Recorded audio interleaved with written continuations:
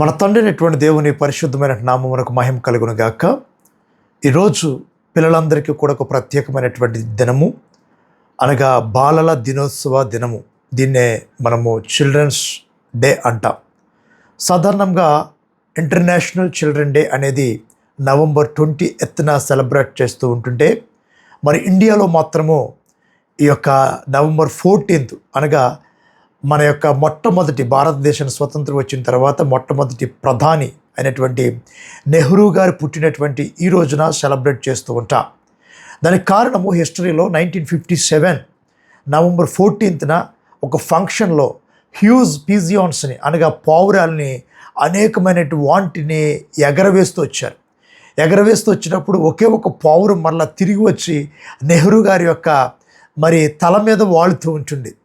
ఆ దినమును ప్రభుత్వము మరి నేషనల్ చిల్డ్రన్ డేగా మరి గుర్తించి ఆ యొక్క దినమును ప్రారంభించడం జరుగుతూ వచ్చింది.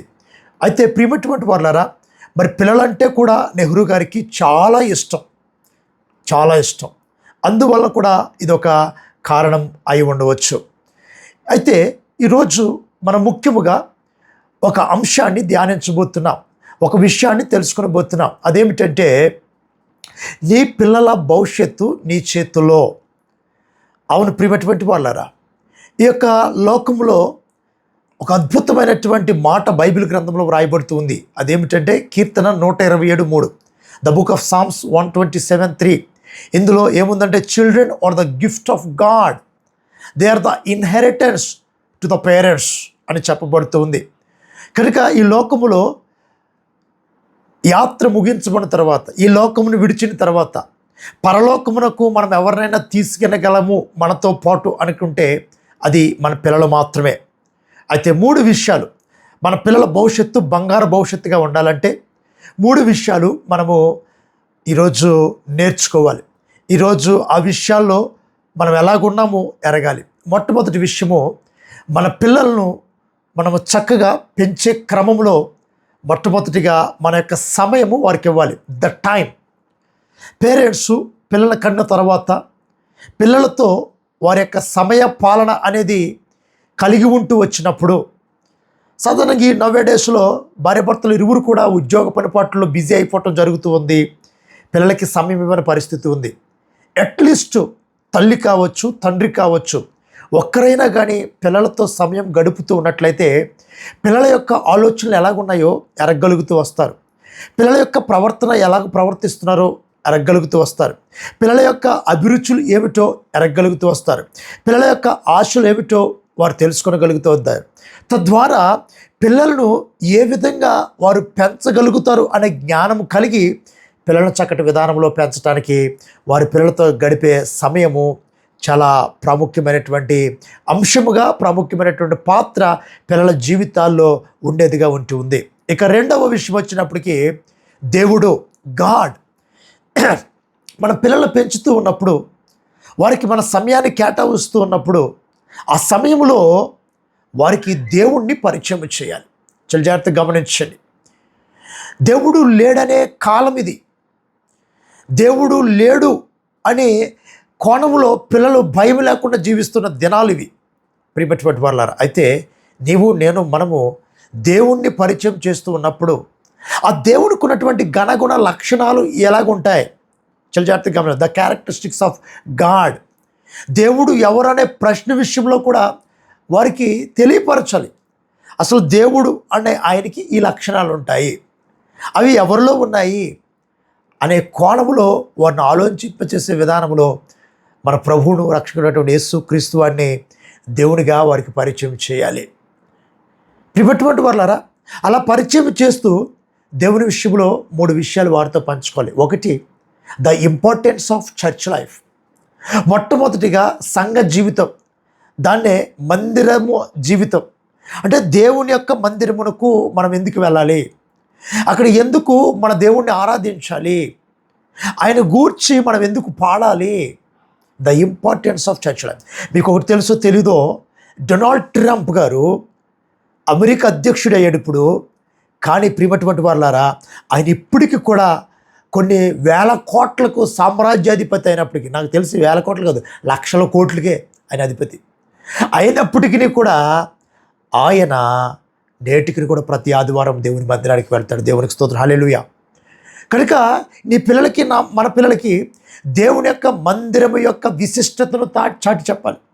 కీర్తన గ్రంథంలో 122లో దావీదు అంటాడు, యెహోవా మందిరమునకు జనులు వెళ్దామన్నప్పుడు నేను సంతోషించుతాను అంటాడు.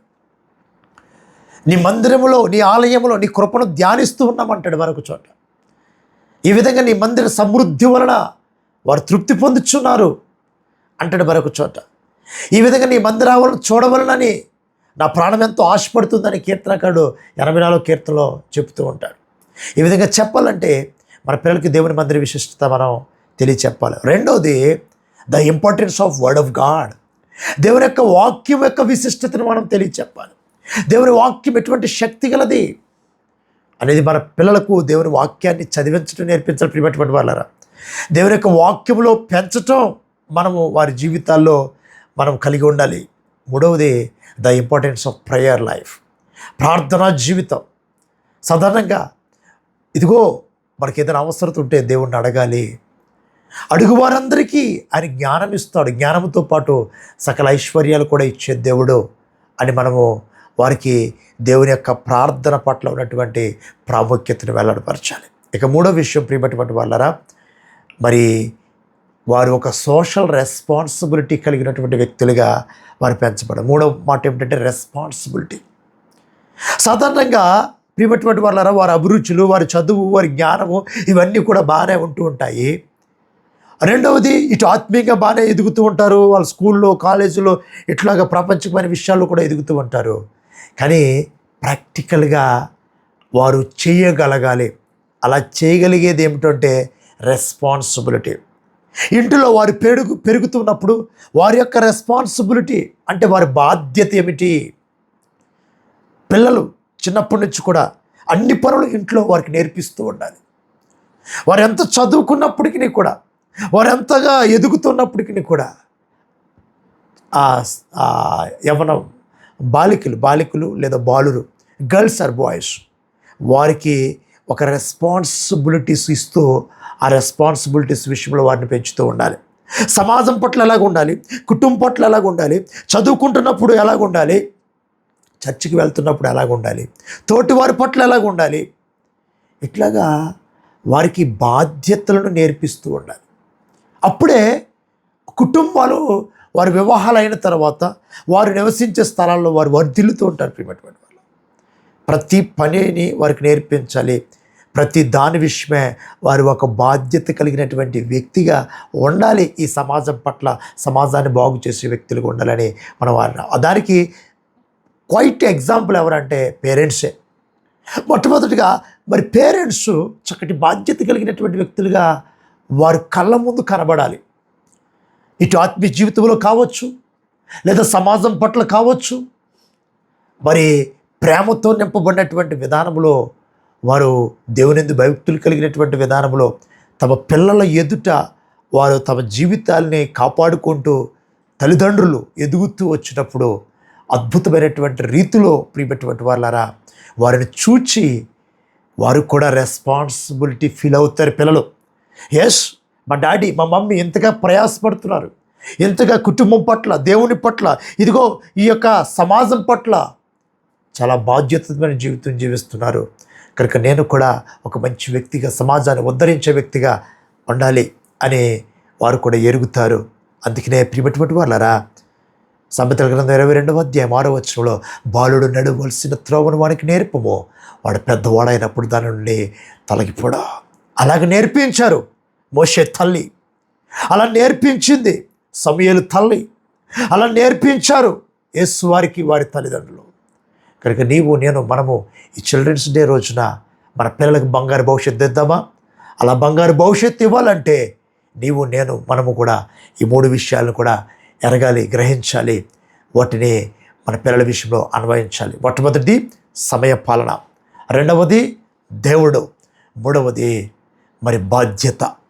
ఈ 3 విషయాల్లో మన పిల్లలకు సరైనటువంటి అవగాహన కల్పిస్తే వారు ప్రయోజకులు అవుతారు. వారు దేవుని మహిమార్థమే జీవించడమే కాదు, దేశ క్షేమం కోసం కూడా వారు ముందుకు సాగిపోతూ ఉంటారు. దేవుడి మాటలు మన కొరకే ఆశీర్వదించునుగాక. Thank you and God bless you. ఇటువంటి వీడియోలు మీరు అనేకమైనవి చూచులాగిన దయచేసి లవ్ ఆఫ్ గాడ్ మినిస్ట్రీస్ అని ఈ ఛానల్లో సబ్స్క్రైబ్ చేసుకునండి, షేర్ చేసుకునండి. Thank you very much and may God bless you all.